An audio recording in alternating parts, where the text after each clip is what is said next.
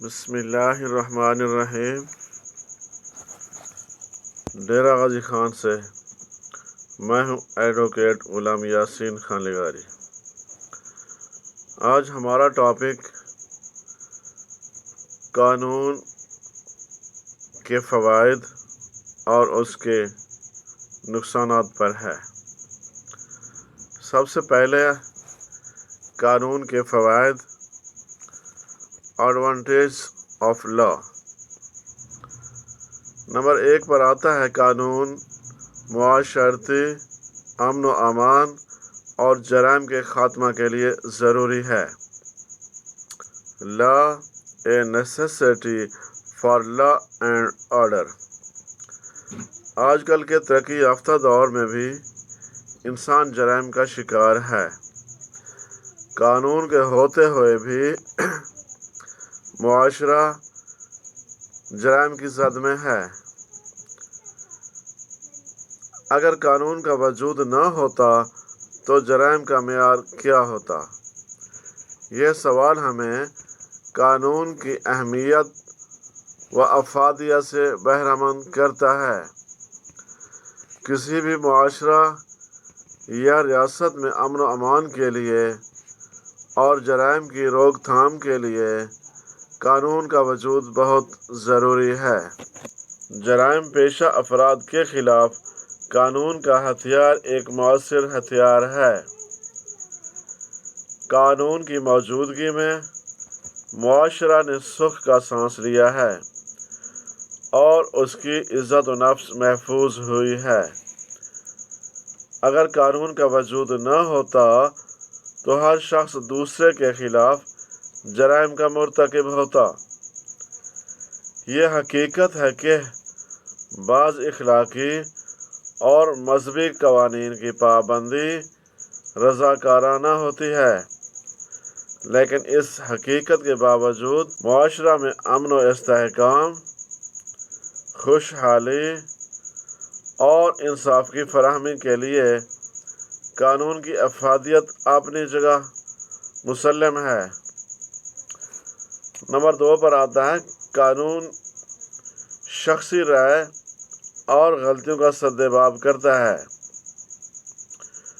Protection against errors of individual judgment. ارسطو نے کہا تھا کہ کسی شخص کا خود کو قوانین سے زیادہ عقل مند تصور کرنا اچھے قوانین نے ممنوع قرار دیا ہے۔ عقل مند شخص قانون کے ذریعے ہی اپنی عقل و فراست کا اظہار کرتے ہیں۔ حکام عدالت بھی انسان ہوتے ہیں جن سے غلطی کا امکان ہوتا ہے۔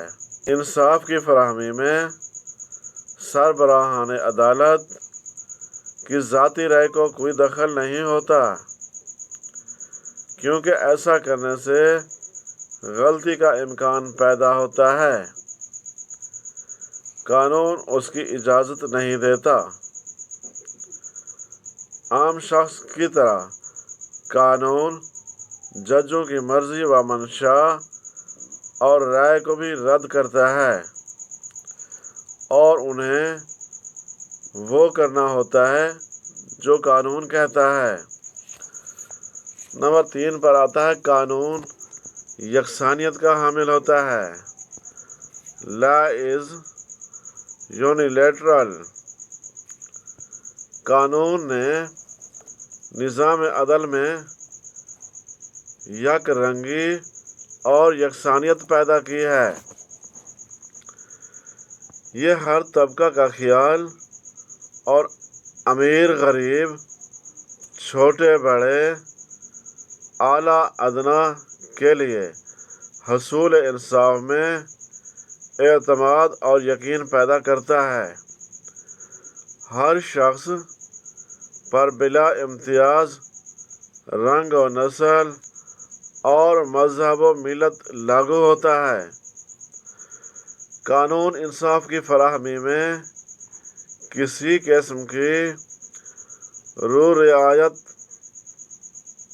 اس غرض سے نہیں کرتا کہ کوئی شخص کتنا بڑا ہے۔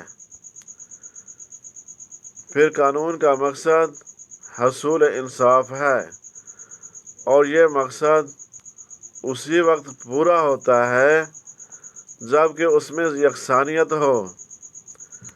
جو قانون یکسانیت کا حامل نہیں ہوتا وہ ہرگز قانون نہیں کہلا سکتا۔ قانون معاشرہ کے تمام طبقوں کے لیے یکساں ہوتا ہے۔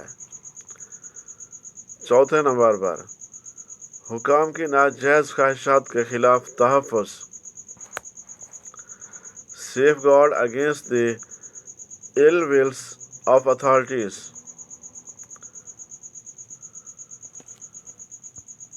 سیسرو نے کہا تھا کہ ہم قانون کے غلام اس لیے ہیں کہ ہم آزاد رہ سکیں۔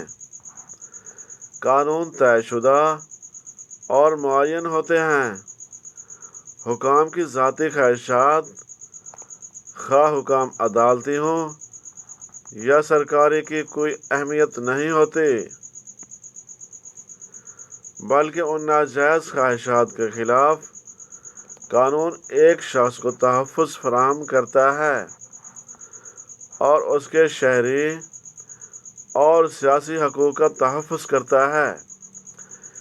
ایک معاشرہ اسی وقت انصاف پر مبنی ہو سکتا ہے جبکہ حکام کی ذاتی خواہشات کے خلاف اشخاص کو تحفظ حاصل ہو، اور یہ سب کچھ قانون کی مدد سے ہو سکتا ہے۔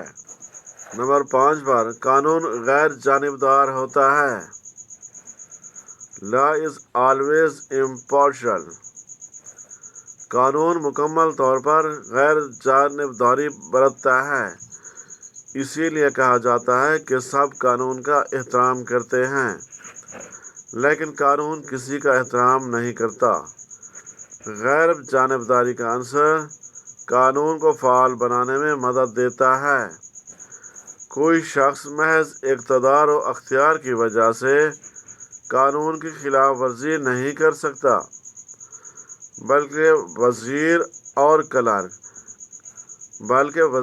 اور کلرک قانون کی نظر میں ایک سی حیثیت کے حامل ہیں۔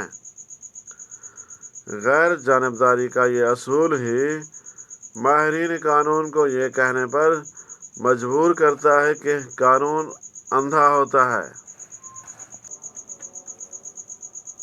اللہ حافظ۔